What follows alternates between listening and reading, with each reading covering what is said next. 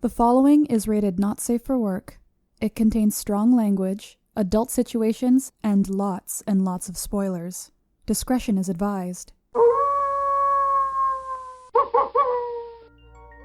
In the criminal justice system, cinematic-based offenses are considered especially heinous.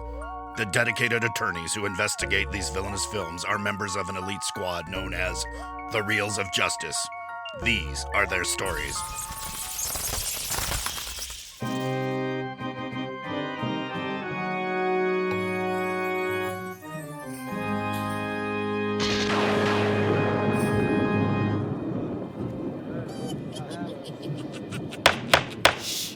Please, Odor, the Reels of Justice.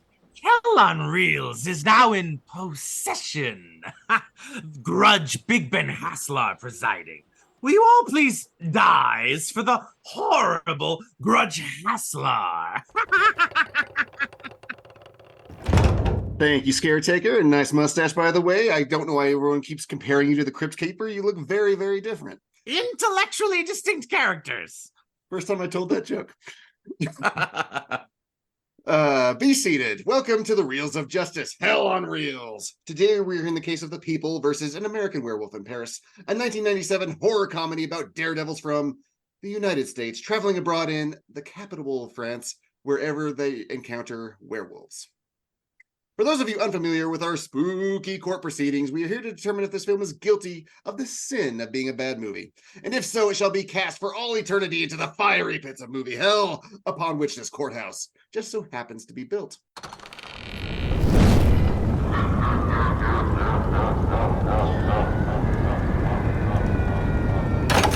Mr. Dylan J. Schlender, you are representing the prosecution. You may present your opening statement. Thank you, Your Honor. George Gershwin would be spinning in his grave if he had to endure the abuse his music is put through in this Gene Kelly-helmed farce. All right, I'm going to stop you right there, Mr. Schlender. Your taste in musicals is just as bad as your reading ability, apparently. The case you were assigned is An American Werewolf in Paris. The werewolf movie. Not An American in Paris. Yeah, we are not any bit better at bits, even when you get too cracks at them. Well, this is a much easier case to make. Scaretaker, put away your dancing shoes. We won't be doing the number at the end of the show. Ooh, thank God. Well, An American soul. Several, I imagine. An American Werewolf in Paris fails at the jump because the title makes you think of two better movies, An American Werewolf in London and An American in Paris. The movie lacks the charm, wit, and character of both films. So what is really the sin here? There is no hard, fast rule about,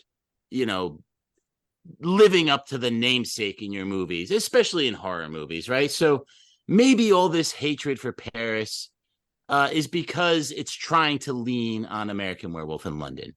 But even if this film was called Andy's European Werewolf Daredevil Adventure, it would still suffer from all the same deficiencies. That's the worst title I've ever heard in my life. It took me hours to think of it. We have a molasses slow plot, utterly uninteresting characters, and anemic special effects that were, at the time of release, mind you, criticized for looking bad. So put away your dancing shoes, grab a big dish of beef chow mein, and let us devour the heart of this movie so it can't plague anyone else. Thank you. Thank you, Mr. Schlender. Appearing on behalf of the defense, it's C.K. Kimball. Please present your opening statement. Well, I have to say that I'm honestly really thrilled that you brought up that we can't compare it necessarily to An American Werewolf in London, as not only is that unfair because it's An American Werewolf in London, but that they barely even share any likeness with each other anymore, aside from the fact that there is lore in the werewolf and in seeing the dead after a werewolf has killed them. But I will come at you with the pacing and in terms of being an entertaining movie. I assume now we are judging this on the merits of not just a good movie, but also a decent werewolf movie. Let's talk about the slow pacing. This thing came in at 1 hour and 30 minutes, and I didn't even notice. I think admitting the slow pacing is just not paying that much attention because you wanted it to be the original film, which it's not. Speaking of which, it does remind you of An American in Paris if you've even been thinking about that movie in the last 10, 20, 30, 40 years. frankly, myself completely forgot the reference until I looked it up on Wikipedia. I'm not going to claim that the prosecutor did the exact same thing, just that no one's really bringing up Gene Kelly's An American in Paris anytime soon. Is it a good movie? Sort of. Is it a bad movie? I say no.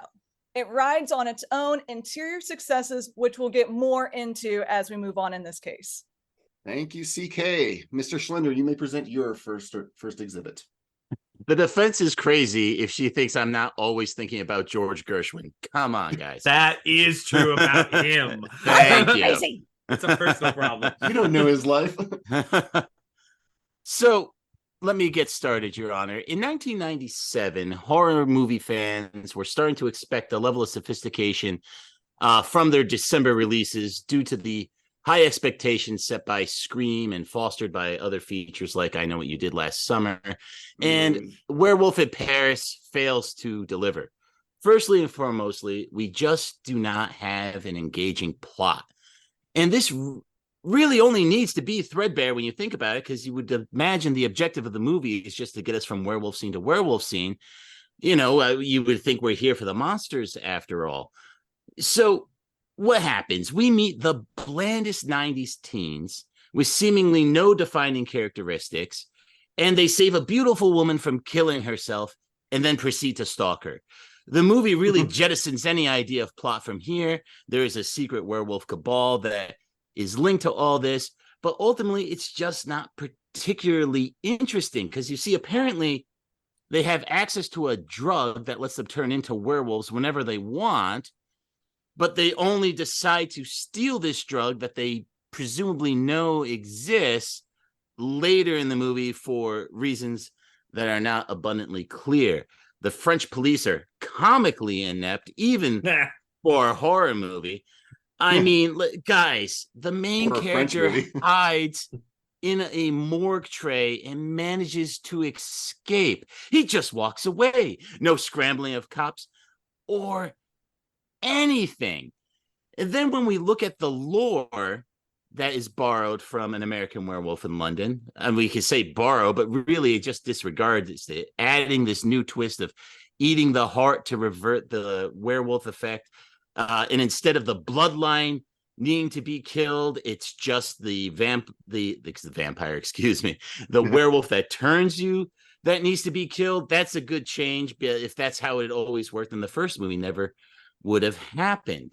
So we have all these uninteresting elements trying to lean on the success of Werewolf in London, and we find it coming up short in every department. CK, is there a delicious cocktail here that Mr. Schlender is missing in the plot? Well, first of all, it's not just a random drug. It was a drug developed by Julie Delphi. By the way, her name's Julie Delphi. She is an absolute treasure, not just the woman character of the movie. The drug was developed by her stepfather as a means to try and cure her, and then accidentally made her transform. So it's not something random. It was actually there. Otherwise, I never said random, to be fair. Well, I said they had access to it. Order in my court. Moving on. A lot of your points are completely subjective. I mean, we are talking about a werewolf horror movie. And if you go through werewolf horror movies and start trying to make a list of what makes a good werewolf horror movie and what makes a bad werewolf horror movie, you're not going to have a very concise list whatsoever. I went through multiple stages of research on this, just trying to get a base idea. And it falls down to two things generally: the design of the werewolf and whether or not they add any more interesting lore. Now, to your point, An American Werewolf in Paris having like this random lore and this yada yada, etc. At what point are we assuming that a good horror movie has to have logic? That's just kind of insane if we're thinking about horror in general. We can look at another sequel that never really had that much to do with its original, called Halloween 3, which is the most illogical and irrational horror movie in the Halloween sequence. I think we can all agree. But is it still kind of awesome? To me, yes, because we're being subjective. And there are a ton of people just like me. And to further An American Werewolf in Paris's defense, well, actually, I need to save the actual evidence for later, don't I? Yeah. Well, no. You can use evidence in your objections. But I want to bring up this idea that it's not about expecting the movie to be logical per se, but we do like having certain rules that are established. And when we have Paris leaning so heavily on London, which did establish some of these rules about why the undead walk the earth, they never mention a possible cure for being a werewolf. And then that's where Paris comes in, is now the undead can have this information. Oh, by the way, eat the heart of the guy who turned you into a werewolf and you'll be fine. That's not information that was ever revealed in London because obviously it didn't exist till then. So you have this manipulation of the rules and expectations, and that's the cheat. It's not about being logical. It's just about being consistent. Is there a cheat, CK? Honestly, I'm glad you brought all of that up because I don't disagree. There are moments that could have been tied in better. There are moments where it could have been explained. There was a lot of opportunity to use this very real setting, which is one of the good things about an American Werewolf in Paris. They are literally in Paris. They shut down the Eiffel Tower to shoot that scene. They actually go into the catacombs. That's a real graveyard. That's all very beautiful. But why are there so many random things that happen that aren't explained? Because an American Werewolf in Paris is a victim. It's a victim of a broken home. And that is not a crime. This is a movie that went through, and I'm not kidding, I actually think I might be hitting the low number, 16 people rewriting this script. It starts with John Landis. It shows. Yep, all the way down to the bottom. It's not the movie's fault. It came from a broken home. I think the movie did the best it could do with the benefits it was given. Yeah, Mr. but that's like Schlender, saying... I hope you feel bad about yourself now. Yeah, monster. Okay, settle down, everyone. Because let's face it, if you rob a bank because you come from a broken home, you still rob the bank. The movie's still bad. You can spare me the sob story. Let him keep the money. Let's talk about this world that's so lived in, because yes, it is in Paris. But what's very interesting is apparently in this movie, werewolves have been terrorizing Paris for presumably years, but we're only now seeing the aftermath and the effects of it after these Americans show up. There's no sense that the werewolves have been an issue, have been a problem, especially when we're supposed to believe that the werewolves led by swarthy European man are terrorizing people, trying to cleanse the world of non-werewolf people, right? So this is the first time everything's jumping off. Now the inspector, he's a bit suspicious about everything, because who wouldn't be when you have these massive gash marks and tears into corpses that you're finding in a nightclub of everyone ripped apart? Obviously it's not going to be a normal person doing it, but you have no continuity of feeling or expectation.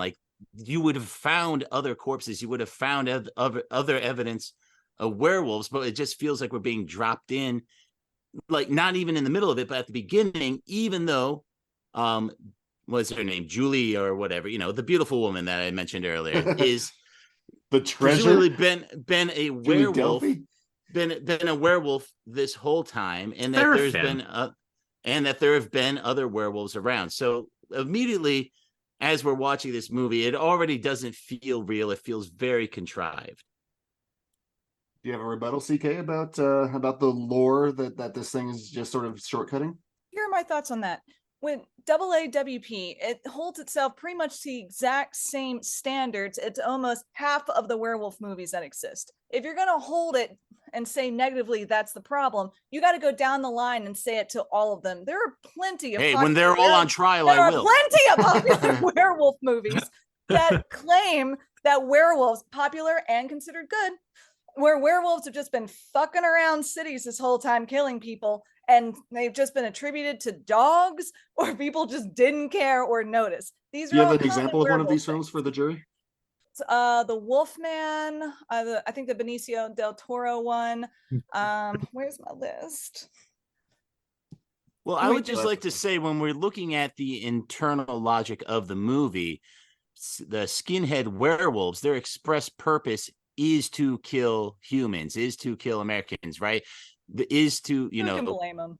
Well, that's the thing, though. If that is their express purpose, we would have seen more evidence of that. It would have been much more interesting if we were getting in the middle of it, which, because again, by what they've said, that's what they've been doing for a long time now, but there's really no evidence of feeling of that. But I don't want to get too carried away on that point, Your Honor. I'd be willing to move on. Please do. So werewolves have had many interpretations throughout human history. Actually, I was reading a book about werewolf lore that was originally published in 1933. And I changed my mind. Go back to the other one. and in the guy's introduction, he's he's giving credit to all the texts and stuff that he was pulling from, and some of them go back as late as 1651 essays written about werewolves in like from Germany and stuff. So it's a very, very interesting facet of human culture for literally hundreds of years now. Abraham Lincoln was a werewolf. No, he was a vampire hunter, Mr. Juryman. Why do you think? So what does being a werewolf typically mean in basically all of human culture up to even present day? And the most popular representation of it is this idea of this wild side of humans, this animalistic side, this atavistic nature that every man has deep inside of them. I mean, I would say Teen Wolf probably did a better job of showing that off than this movie, right? So what does this mean for an American Werewolf in Paris? My point is, if your main character is already a daredevil obsessed with getting laid, then making him a werewolf is not particularly interesting because he's already kind of living that on that animal edge. There's not enough contrast to make this change compelling. And I would say this goes double for the antagonist, because he's already coming across as like a bad guy. Making him a werewolf doesn't necessarily make him more interesting. It doesn't make his goals more compelling. It just makes them more possible because he could turn into a giant dog man, but there's no interesting contrast. There's no Jekyll Hyde dynamic here for the audience to chew on and go, oh, well, that's interesting. We're just waiting to see more bland CGI werewolves on the screen fighting and tussling. Okay. CK, does this not take advantage of the werewolf lore? Could this have been any other monster? So now we're holding an American Werewolf in Paris to the comparison of hundreds of years of human cultural history. Don't we think we're trying pretty damn hard to prove how bad this movie is? At a certain point, you're trying so hard, it's really not that bad. The character that you're speaking of, who is a daredevil and sex obsessed, his name is Andy, and it's actually the opposite. He is not sex obsessed. He's a romantic. And he does the big Eiffel Tower jump. Yeah, that's what all nice guys said. Wait, just conflate sex obsessed with being a romantic? Let's not get into your personal life. I'm saying he was not be a fan of this 90s airs. movie if that's what you conflate. This is why I feel like you have there's a personal vendetta against this movie, and this is a kangaroo court just trying the best it can. And I can give you one movie as proof. I assure you, I'm just doing my job. Movie into hell, all right. I'm assuming throwing a movie into hell is claiming that movie is the worst of the worst of the worst. Arizona Werewolf. If you put an American Werewolf in Paris in hell before you put Arizona Werewolf there, you're saying Arizona Werewolf. There's a lot. There's a lot of movies in hell that haven't had trials. They just went their auto. So hey, I totally agree. There's about 40 or 50 other werewolf movies you could put underneath this. Like, it seems like our most salient arguments so far are that it's not that good of a werewolf movie and it's not that good of a movie. I disagree, and that these terms are subjective. I'm fine with the lore. I don't really have that much of a problem with the low rent special effects. And it's a simple plot. A romantic meets a girl he saves from the Eiffel Tower, chases her down, gets infected with the lycanthropy, and they end up together every day. jumping off the Statue of Liberty. Yeah, it's a tale Story of the ages. Mr. Schlender, do you have any last exhibits? I do, Your Honor. I'd like to make a couple more points here before we move on. So when we look at like the characters, again, not particularly interesting, and most of them kind of end up disappearing. I mean, we have the friend that gets kidnapped, and I guess he's just hanging out, right? I know. And then you have Julie Bowen's crucified in the comments. You're not wrong. Julie Bowen's zombie character literally just disappears after trying to add some of the alleged comedy to this quote unquote horror comedy, which we all know isn't particularly funny or particularly scary. So the main conflict of tones in this movie, when you're trying to blend horror and comedy, which is not easy to do, it really comes from the incongruity of the characters from scene to scene. It seems like they were all working off of different scripts and they were all given different and strange directions. It seems like large scenes or chunks of dialogue are missing. And you know why? It's because there are. You can watch some of the deleted scenes on YouTube. It doesn't make the movie good. It doesn't get it from being not guilty. What are you complaining about?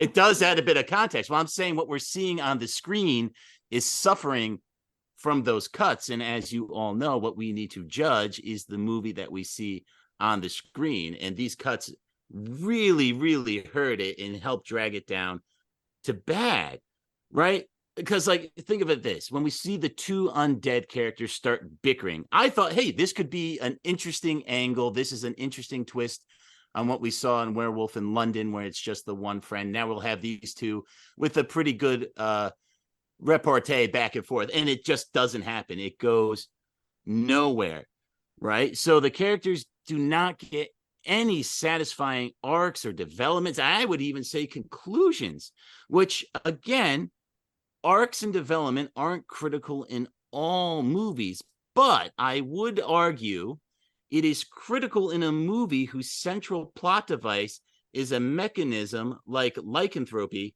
which is all about change. Okay. CK, are the characters complete? Are there arcs? Are there things that you care about, or some things just dropped on the floor? Yeah, I think I've already defended that I agree, or at least I believe that even though it's mediocre, yes, the characters have arcs, there is a plot. Obviously some things should have been tied up tighter, but it wasn't completely egregious. If I'm going to look at this movie or any movie and decide if it's going to go to hell, I want to see whether or not there are absolutely no redeeming qualities about it whatsoever. And not only do I see redeeming qualities in this film, I see several. We talked about the lore before, or at least we talked about how this movie allegedly wasn't doing anything interesting. I disagree. There are some scenes in there that are honestly pretty cool that I hadn't seen before. When he's changing and he jumps into the fountain and then jumps out as a wolf. I love that a lot. The cop who handcuffs himself to one of the guys who's changing. So by the time he comes out of the hood, it's completely taken out. There are some really fascinating little moments in this. And on top of it, the actors had a great time.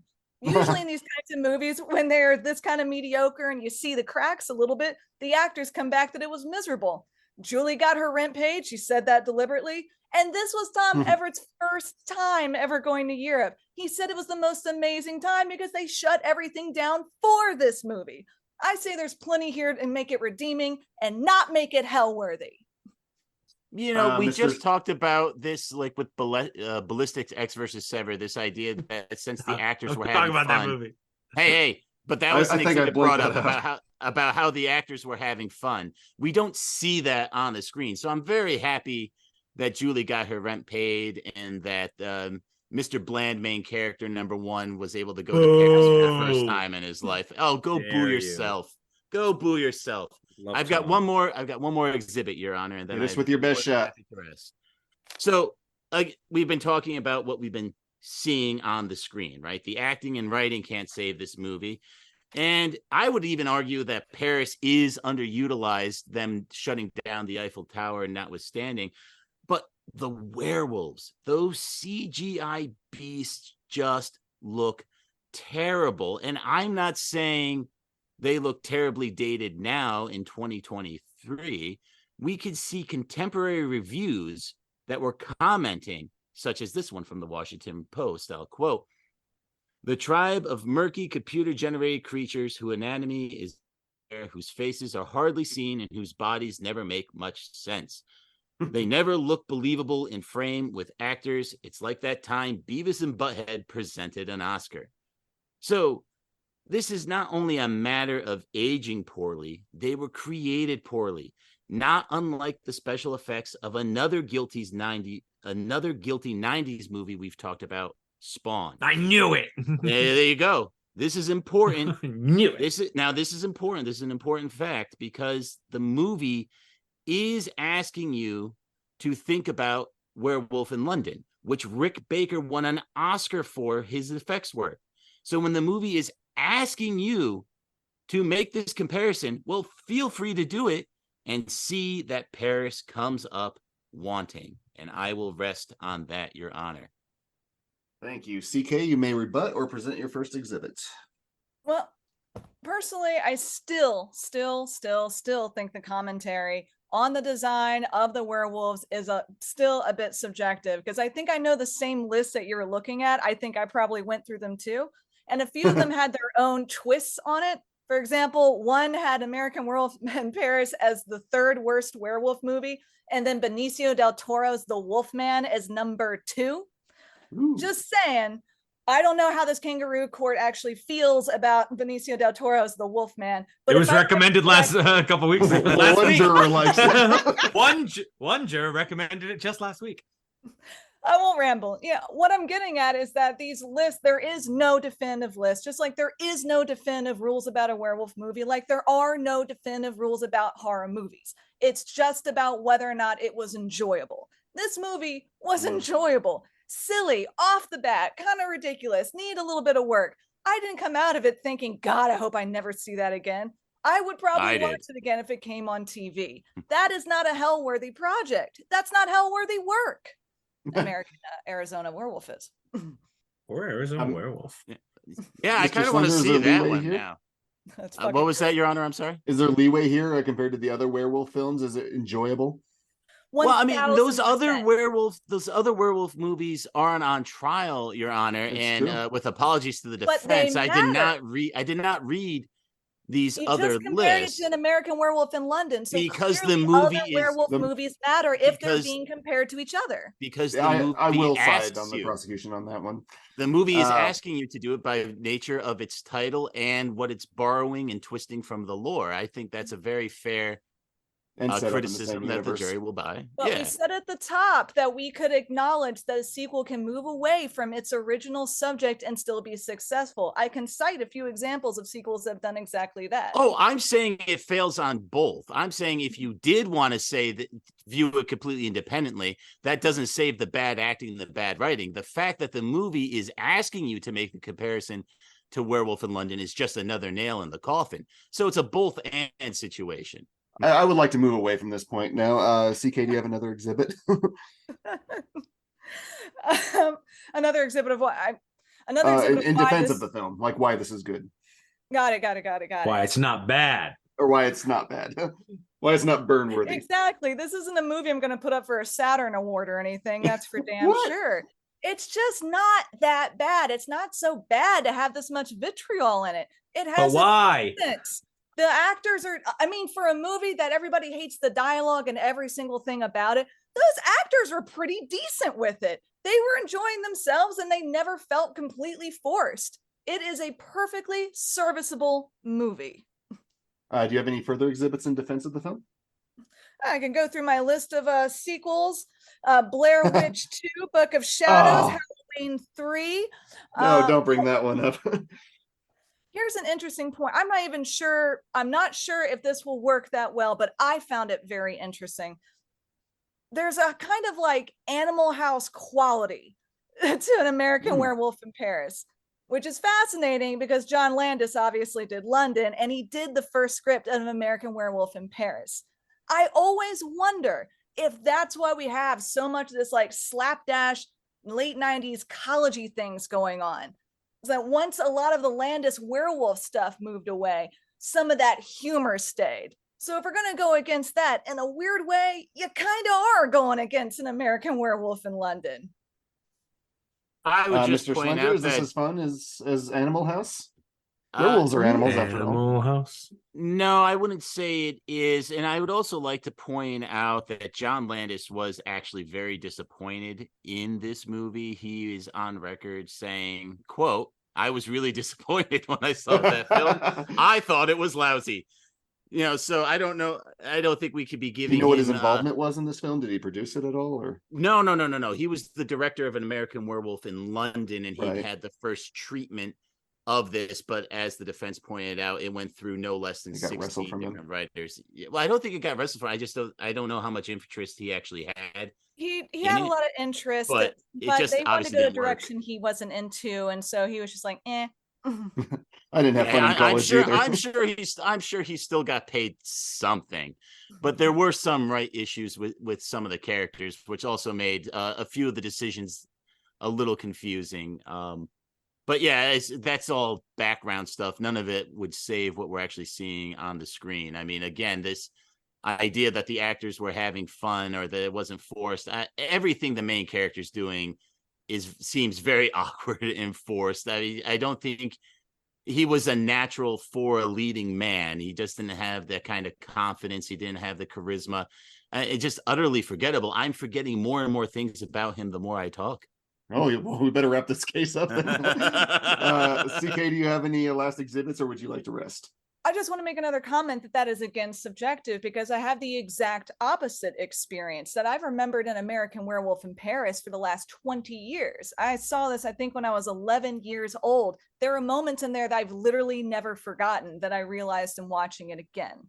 So in saying like, I think it's terrible, I don't like it, the director who was 16 people behind on the last script said he doesn't like it, like, cool, fair enough. But again, I did, and I'm definitely not the only one. So if you move away the subjectiveness of like me, you, what do we feel like, yada yada, we are looking at it just as a movie and then as a horror movie. As a movie and a horror movie, it's fine. Not the best, but it's fine. Not bad, not the worst.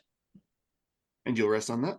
And I rest. Very well. You're gonna have to say the same thing in her closing statement still. Probably. Both sides have rested. Mr. Schlender, you may present your closing statement. All right. Look, I get it.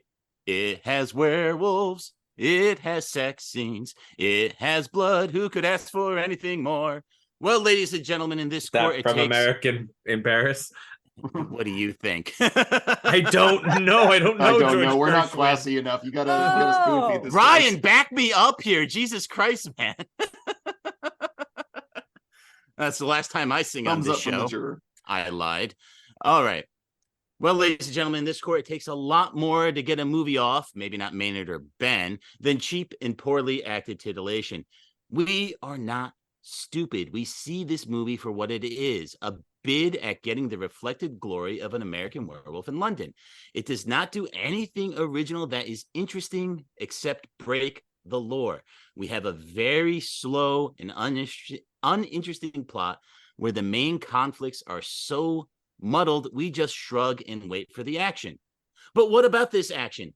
It is languid and abhorrent for 1997 or today. There is simply not one piece of this movie that raises above bad. It's not even very entertaining for a bad movie. It feels sloppy and disjointed as we lurch from scene to scene with poor explanations. And we have the least interesting characters in a horror movie from a time when movies like Scream and I Know What You Did Last Summer were at least trying to do something interesting with their leads. So now, if you excuse me, I'm locking myself in a cell despite showing earlier how easy it is for me to break down iron bars. And I am going to transform into someone that does not have to think about this movie ever again. Thank you. Good luck with that. And I remind you, I Know What You Did Last summer was found guilty. And I'll remind you, I said try. I remind you, I said try to do something. Try. Thank you very much. CK, you may present your closing statement. We are not stupid either. And nobody is arguing that a sequel that departs from its source material, that makes it an early indicator of a bad movie. 3 times this movie has been compared to An American Werewolf in London, even though we established at the top we weren't going to hold that two against it, which is more than fair considering we're talking about Rick Baker's work. You're never going to win if you're being compared up to Rick Baker's work. That's obvious, and we know that.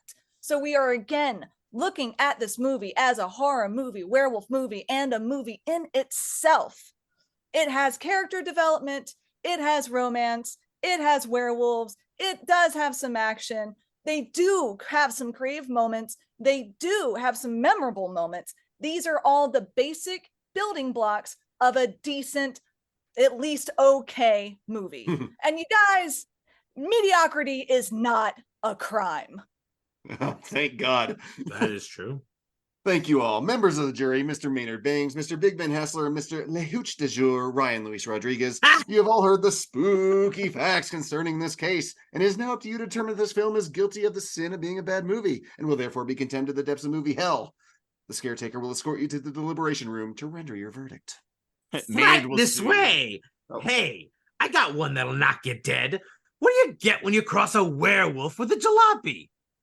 And yeah.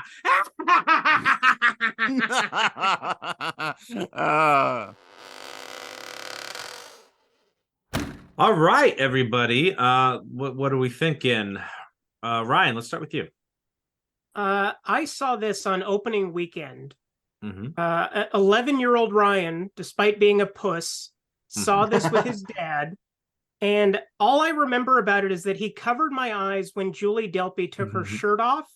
So this is the first time that I've actually noticed that we do not see her nipples. And I was kind of disappointed in my dad. I was really mad at him for preventing me from seeing non-nipply boobs. But it shows them. Yeah, but I mean, like this, honestly, your imagination anyway, guys. Yeah, exactly. This is a gentleman's 3, and I think I'm being charitable when I say that. I disagree. But I mean, why? I mean, okay. The worst thing about this movie to me is the werewolf effects. And about half the shots aren't that bad. Like, I was watching them very closely. And there's some, like, the close-up ones are real. There's some bad ones. There's some real PlayStation-y, grainy ones. But there's some smooth ones.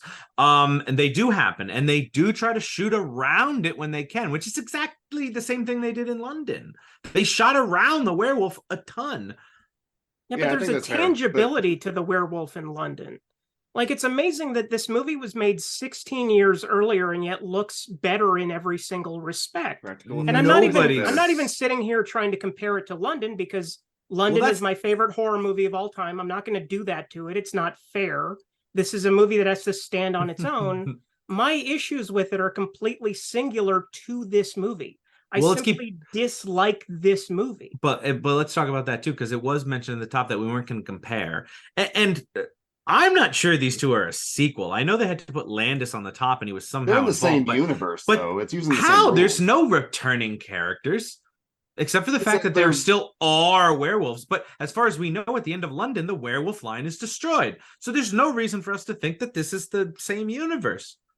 No, they see the dead people like just in the exact same way that is a trope in a few things, and I would agree with CK's defense's point that has become a werewolf trope, and that they are similarly playing with those werewolf ideas. I don't think were established in the prior that film. Way. I'm saying there's no way it's a direct sequel, because here's what we have to talk about. Here's the elephant in the room. Nobody heard of American Werewolf in London. That is not that big a popular movie. It is not so widely known that everyone goes, American Wolf in Paris, I have to go see that. And that was exactly what happened. No one had ever heard of the first movie, and so the sequel just wasn't a big deal. Horror nerds know about the first movie, but it's not Star Wars. It is not a household name. Yeah, no, this was the one that everyone talked about. Right. I would say more people know Paris than London. I'd say you tell people London, people go, wait, there's a London too? Yeah. Which one's first? I don't know. Paris is the one that people know. It's way bigger. So that's what, to the prosecution's point, that they're trying to ride the coattails of this big movie and exploit it. It's not that big a movie. They just wanted to make a sex comedy werewolf movie. They're like, what do we call it? And it's a funny title. No, I strongly dislike this movie. I hate the fact that poor Julie Delpy is mostly saddled with exposition. She has this amazingly expressive face. She has this really kind of interesting look to her that I don't think that it's fair to put all that on her and have her have to explain what's going on. it seems that if a movie has some kind of internal consistency, it wouldn't need one character to basically sit there and explain it. Oh, no, wait a minute. Both undead people explain bunches of rules. They're also a bunch of exposition bombs. So there are a bunch of exposition characters, but there's more than one. I hate those characters as well. I hate the fact that the talking corpses are mostly slapstick. To bring a point of tangibility, there is no tangibility to those characters. They seem completely superfluous. If you actually took them out of the movie, you would not be missing much. You wouldn't be missing much from the girl. I think they were just trying to get more part in it. But the guy, I think, gives you a lot. Not really. Not particularly. Do you like the makeup effects of the dead folks? I like it until her eye pops out and then it goes into full Beetlejuice mode. I'm not really a big fan of that. Okay. The practical makeup is okay, but it's not enough to get me away from how terrible the CGI looks. I knew at age 11 that it looked bad. And when I saw Independence Day, and I wrote down in my little movie journal how much I loved it, I gave it 7 stars because I was a dumb kid. But I was 10 at the time. And if you just add 1 year to my life and make me look at this movie and go, oh, that doesn't look so good, that's a bad sign. Ben? So it wasn't harped on as much in the back and forth, but one of the scenes that really lingered with me was that scene where she does take her shirt off and all that. But when you're breaking it down, I don't know that it makes a lot of sense because it's like there to get that sort of teen comedy woo and this sexy, but like she takes it off to calm him down. I don't know that makes sense. But then he's like fantasizing about it, and then she comes back in, and it's so they can like get like the trailer shot of her taking the shirt off, and it's a wolf body, and then wait, that didn't happen again. Now they're still talking to the mom. There's like definitely an illogic moment for a jump scare for sure. Yeah, there's that kind of goes throughout the whole film, and I didn't know that there were. You can't take that scene out, Ben. That's a lot of the movies riding on that. I didn't know there were a lot of 6 rewrites, though. That a lot of that makes sense when it's like, okay, yeah, that's why it's changing its direction every single time. It's like this is a good idea. Right. Let's keep that, but let's like if they had actually tried to focus on the love story between Tom Everett Scott and Seraphine, that could have been interesting. That is a lot of what London is about, which I found boring. But I mean, I found the love story boring. When it's werewolves tearing people apart, great. But so if they had done more of that love story though, but instead it feels like a second werewolf movie was stapled in here. And that's the cult of werewolves who want to kill America. And that part I actually kind of liked. I kind of like it, but it feels like it's a whole different movie that they had a script lying around and paid another writer to infuse into this one.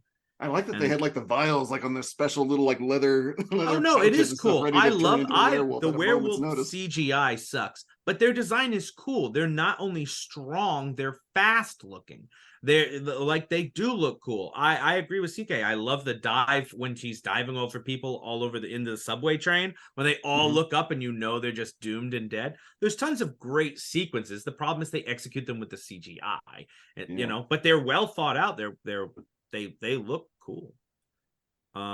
Anyway, so and also the Square of the European Man, his name is Claude, and that's a good joke. So let's start locking it in. Ryan, why don't you surprise me, huh? Oh, surprise you? I don't think I'm going to be able to do that, Mr. Bangs. I think it's very clear which direction I'm leaning in, and that's guilty. Big, beautiful Ben. This was a gentleman's four to me, which is like kind of right on the edge of being bad. I did not enjoy it. A lot of the argument was being like whether that's subjective or not, and I'm trying to look at it objectively. Looking at the points that were brought, unfortunately, I agreed with the prosecution more than I did how it cuts out things, how the villain was like sort of, there's no reason for any of them to be werewolves. That was a good point. CGI werewolves, of course, how can you not dodge that? It does invite the comparison, I think, a little bit. There are rewrites, and that's very, very apparent. With all apologies to the defense, I am going to go guilty. All right. Well, I saw this also not only the weekend that it came out, probably, but probably immediately after. It was part of some like horror marathon that I think I got to see too. I saw it long before London, so like no comparison is drawn, because the first time I saw London was out 3 hours ago.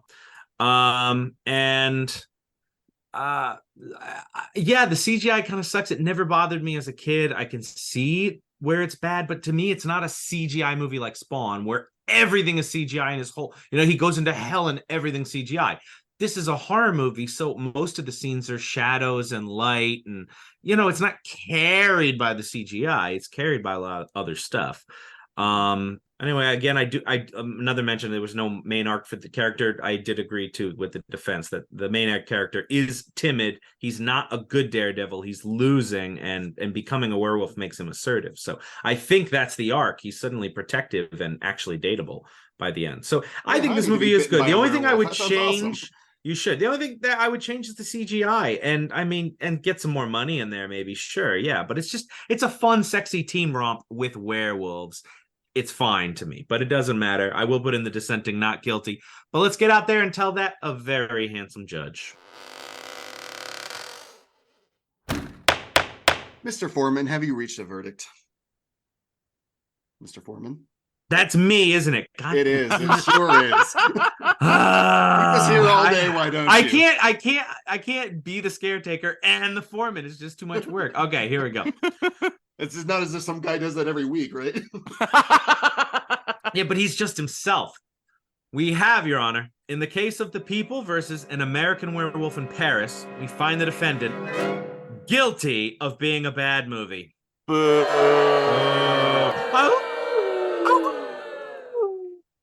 The verdict is so rendered. An American Werewolf in Paris is sentenced to be thrown into the depths of movie hell, and may God help the Dunphy children if they should ever discover any home movies that their mother made in college. Scaretaker, pull the lever, and court is adjourned.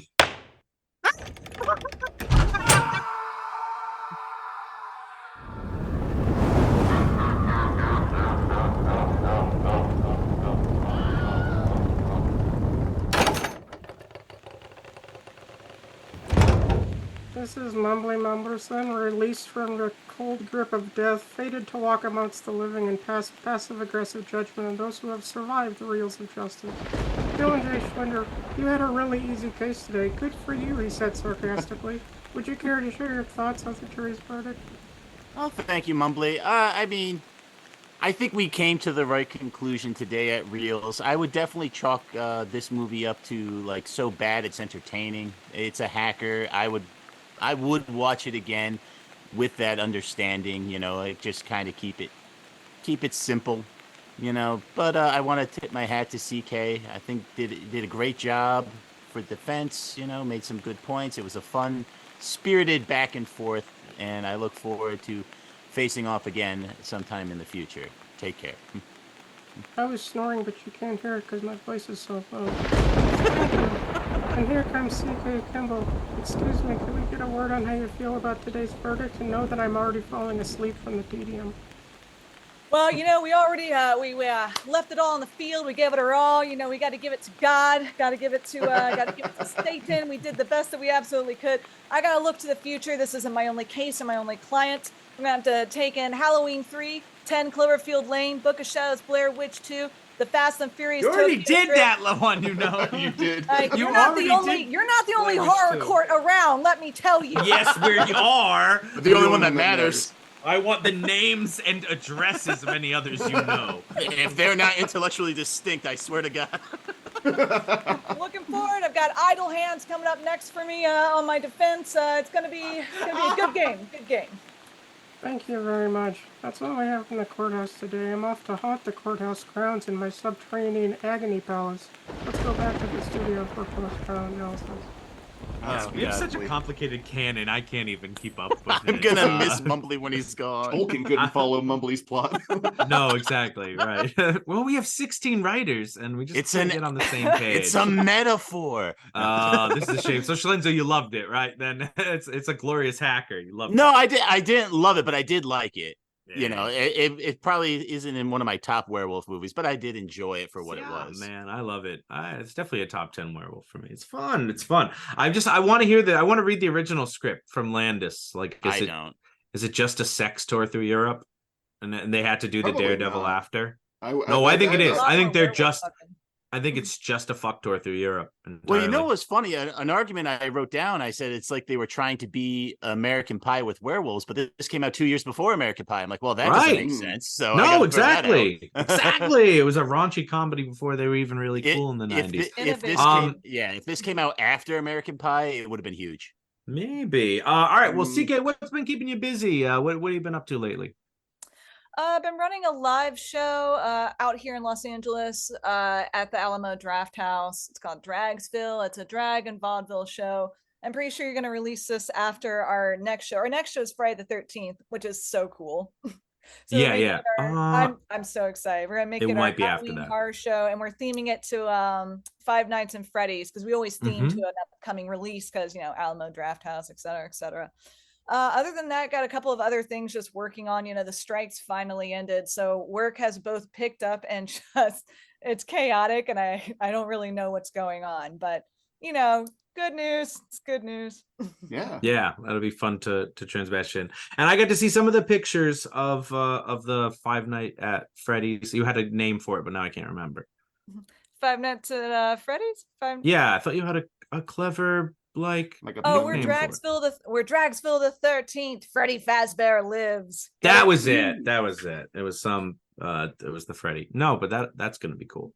Oh, I'm super proud of my mashup assets between Friday the 13th and like no one else gives a shit. But I'm just like, I'm a genius. Those are the best. Those are the best ones. Yeah, you did send it. I did like it.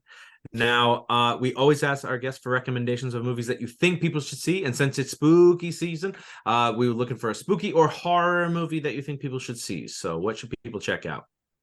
Yeah, this sucks because I always get here and I forget I'm talking with and to other horror people. So I'm immediately like, oh my God, my suggestion's not a good suggestion. But since they are going to do a remake of it, God help them, Street Trash. Y'all ever seen Street Trash? Ryan has. Oh wait, no, the movie? No. Ryan's seen everything. Tell him, Ryan. No, not me out and about, like the movie. Street Trash is fascinating. Speaking of practical effects, but the part of it that I love that never really gets mentioned is the production designer was a woman, and the whole thing is very neon colored for what it's supposed to be. The story is basically a really, I don't want to give too much away. There's a liquor burning its way through people's bodies when they drink it on the street. There's a whole side thing about the unhoused community. It's batshit. But the entire production design is all these neon colors. And comes to find out, she was specifically designing it to look like graffiti, like street graffiti that she'd seen around. Which, knowing that context, it's just mind-bogglingly beautiful. So if you're able to find a copy before they do the remake, which again, God help them, I highly suggest checking out Street Trash this season. Yeah, I don't even know what that remake is. It still going to be set like in the 80s? It hasn't gone. They haven't done enough development yet to know what they're going to do with it. I'm hoping they keep in the 80s. It'd be really. Who needs to go through 6 rewrites?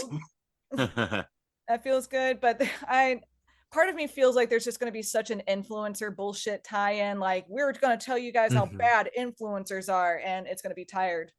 That or yuppies, they'll tie it into like 2000s yuppies. It'll be in Williamsburg, Brooklyn, in modern day. It'll just be the most insufferable people ever. Yeah, it'll be great. I can't wait for this remake. Oh, I can't wait. Internet What's trash. going on the poster, Ryan? Be careful. People don't get sarcasm on the poster. That's true. That's actually completely correct. Schlenzo, what's your recommendation? My recommendation. I can't scream, okay? Tonight, I'm recommending probably the least offensive and most watchable living scarecrow movie this season. And that is the granddaddy of them all, Dark Night of the Scarecrow from 1980. That's the most family friendly? What? No. Did you say that's the most? You said least offensive. I said least offensive. Oh, well, I consider least offensive. I mean, to your senses. Oh, yes. Okay. No, American Scarecrow was incredibly offensive on every level, and I'm trying to make up for that with an actual good one, if you'll let me. Do you know that some say this is the movie that kicked off the living scarecrow horror genre? True story. No the story is it's very simple. A small town posse kills a man for a crime he did not commit. Said man comes back as a scarecrow to exact revenge. Watching this movie, it is clear to see why it definitely avoided theaters and opted for a straight to CBS airing. Despite its direct-to-video status, we are treated to some great, well, not great, highly passable acting. Still, in a genre that is so populated with some real stinkers, it is nice to watch one that displays some effort and cohesive storytelling. Stay tuned for next week, where I will most likely recommend the sequel, Dark Knight of the Scarecrow 2, streaming exclusively on Tubi. Support your local library. We're gonna have to put American Scarecrow against Arizona Werewolf and see who comes out. And we have to, victorious. And you have to argue that your movie's worse. Like it's a race to the bottom episode. I've always wanted to do that.